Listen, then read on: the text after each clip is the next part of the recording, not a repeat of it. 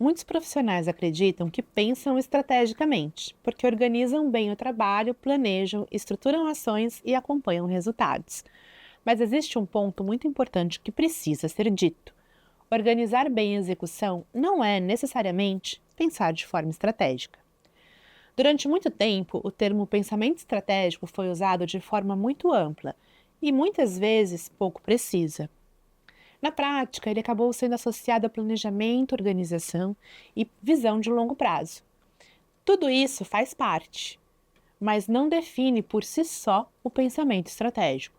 E isso gera um problema, porque o profissional acredita que já domina essa competência, quando na verdade ainda está operando em uma lógica mais tática.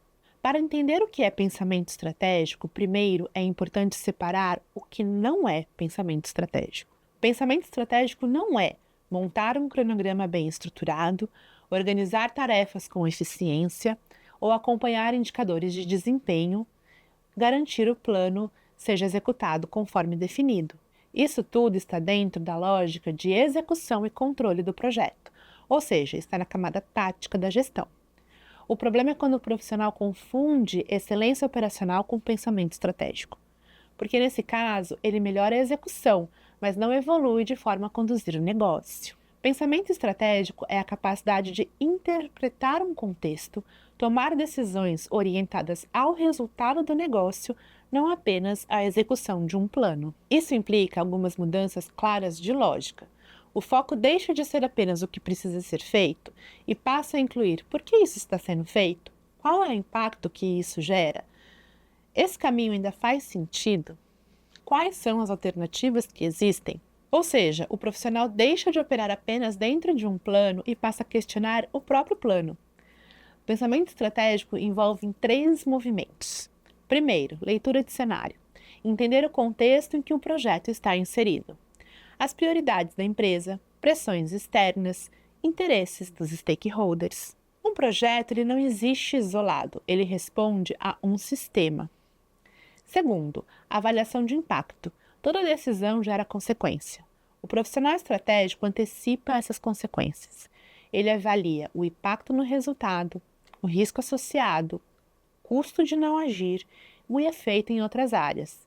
Ele não reage ao problema, ele antecipa o efeito das decisões. Terceiro, construção de direcionamento. Pensamento estratégico não para somente na análise, ele se traduz em posicionamento. O gestor estrutura cenários, compara caminhos e sustenta recomendações. Mesmo em contextos de incerteza, ele contribui para a decisão. Na prática, a diferença entre um pensamento tático e um pensamento estratégico aparece em situações simples do dia a dia. Diante de um atraso, por exemplo, o profissional mais operacional tende a dizer: estamos com um atraso de 10 dias no projeto. O profissional com pensamento estratégico complementa: se mantivermos esse ritmo, o impacto no resultado será X. Temos dois caminhos possíveis para corrigir isso, com riscos e custos diferentes. A informação é a mesma, o valor gerado é completamente diferente, porque um informa e o outro direciona uma decisão. No ambiente organizacional, o que gera crescimento não é apenas a capacidade de executar, é a capacidade de contribuir com decisões que impactam o negócio.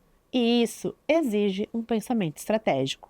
Sem essa competência, o profissional pode até ser eficiente, mas tende a permanecer na execução. Com ela, o posicionamento muda. Ele passa a ser incluído em discussões mais relevantes, ganha espaço em níveis mais altos da organização e se torna referência em momentos de decisão. Se você sente que hoje está muito mais focado na execução do que na decisão, esse é um ponto que pode ser desenvolvido de forma estruturada. Na mentoria, eu trabalho exatamente essa transição, como sair de uma atuação mais tática e construir um raciocínio estratégico aplicado ao dia a dia. Me chama no WhatsApp, na descrição desse vídeo, para um diagnóstico da sua carreira. E me conta aqui, em quais situações do seu dia a dia você sente mais dificuldade, na execução ou na hora de tomar uma decisão?